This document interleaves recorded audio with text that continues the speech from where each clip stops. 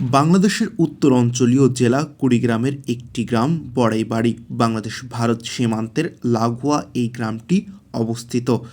2011 সালে 18 এপ্রিল এই গ্রামে ঘটে যায় বাংলাদেশ ও ভারতের সীমান্তরক্ষী বাহিনীর মধ্যে ইতিহাসের সবচেয়ে বড় রক্তক্ষয়ী সংঘর্ষ। সেই সংঘর্ষে ভারতীয় সীমান্তরক্ষী বাহিনী বা বিএসএফ এর 16 জন সৈন্য নিহত হয়। বাংলাদেশের তৎকালীন সীমান্তরক্ষী বাহিনী বিডিআর, এখন বিজিবি, 2 জন সৈন্য নিহত হয়। বড়াইবাড়ি গ্রামের সীমান্তের ওপর পাশে ভারতের আসাম রাজ্যের সীমান্ত। 18 এপ্রিল ভোর রাতে বড়াইবাড়ি গ্রামের কয়েকজন বাসিন্দা তাদের কৃষি জমিতে সেচ কাজ দেখতে যান। এ সময় তারা দেখতে পান ধান খেতে বহু সৈন্য অস্ত্র নিয়ে হাঁটছে। ওই সৈন্যদের মধ্যে একজন এসে গ্রামবাসীর কাছে হিন্দি ভাষায় জানতে চান বিডিআর ক্যাম্প কোথায়। তখন গ্রামবাসী বুঝতে পারেন এরা ভারতের বিএসএফের সদস্য।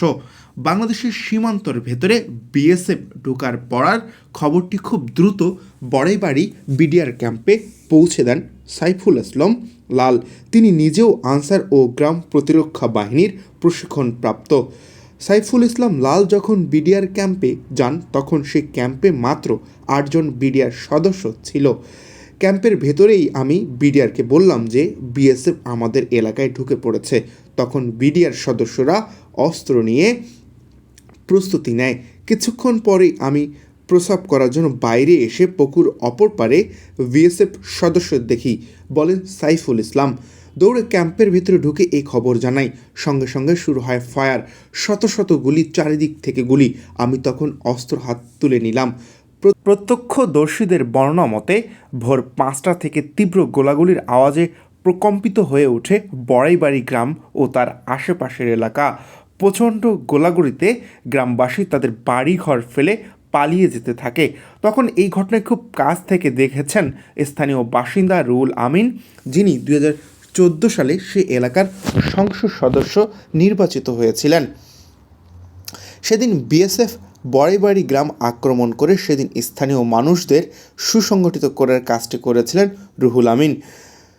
বিএসএফের প্রতিরোধের করার জন্য বিডিআরের সহায়তায় আনসার ও গ্রাম প্রতিরক্ষা বাহিনীর প্রশিক্ষণপ্রাপ্ত 12 জন সদস্যকে একত্রিত করেন রুহুল আমিন। তিনি বলেন, বিএসএফ যখন বাংলাদেশের ভেতরে ঢোকার জন্য প্রস্তুতি নিচ্ছিল তখন অনেক গ্রামবাসী পালিয়ে গেলেও পরবর্তীতে তারা আবার ফিরে আসে। এরপর তারা বিডিআরের সাথে মিলে বিএসএফের বিরুদ্ধে প্রতিরোধ গড়ে তোলে। ভোর 5টা থেকে 11টা পর্যন্ত বড়াইবাড়ি গ্রামে বিভীষিকা মুহূর্ত ছিল। দুপক্ষের মধ্যে প্রচণ্ড গোলাগুলি হয়, বলেন রুহুল আমিন। বড়াইবাড়ি বিডিআর ক্যাম্পের ভেতরে থাকা সাইফুল ইসলাম লাল বলেন, ক্যাম্পে থেকে তিনি দেখেন আনুমানিক কয়েকশো বিএসএফ সদস্য বাংলাদেশে প্রবেশ করেছিল। সাইফুল ইসলাম লালের বর্ণনা মতে বড়াইবাড়ি বিডিআর ক্যাম্পে 8 জন সদস্য প্রচণ্ড মনোবল ও সাহস নিয়ে প্রথমে 4 ঘন্টা লড়াই চালিয়ে গেছেন। এর মধ্যে আশেপাশে আরও 2টি বিডিআর ক্যাম্প থেকে 20 জন সদস্য বড়াইবাড়িতে আসেন। তারা গ্রামের বিভিন্ন জায়গায় অবস্থান নিয়ে বিএসএফকে প্রতিহত করেন। বড়াইবাড়িতে যখন তীব্র সংঘর্ষ চলে তখন ঢাকার তৎকালীন বিডিআর, এখন বিজিবি সদর দপ্তরের নির্দেশনায় জামালপুর ও ময়মনসিংহ থেকে আরও বিডিআর সদস্য পাঠানো হয় কুড়িগ্রামের বড়াইবাড়িতে। ময়মনসিংহ আর জামালপুর থেকে সকাল 10:30 নাগাদ বিডিআর সদস্যরা বড়াইবাড়িতে গিয়ে পৌঁছান। রুহুল আমিন বলেন, 18 এপ্রিল ভোর 5টা থেকে সকাল 11টা পর্যন্ত টানা গুলি হয়। এর কিছুক্ষণ পর বিরতি দিয়ে আবার শুরু হয় গোলাগুলি। এরপর 18 এপ্রিল সারাদিন ও রাত গড়িয়ে 19 এপ্রিল রাত পর্যন্ত থেমে থেমে গোলাগুলি চলে।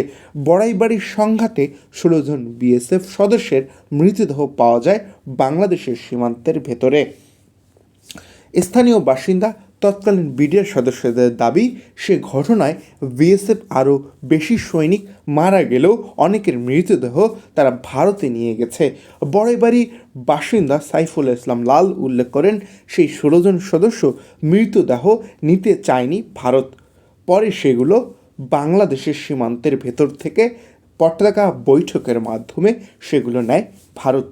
এই মৃতদেহগুলো বাংলাদেশের সীমান্তের ভেতরে ধান খেতে পাওয়া যায়। Bangla page, London.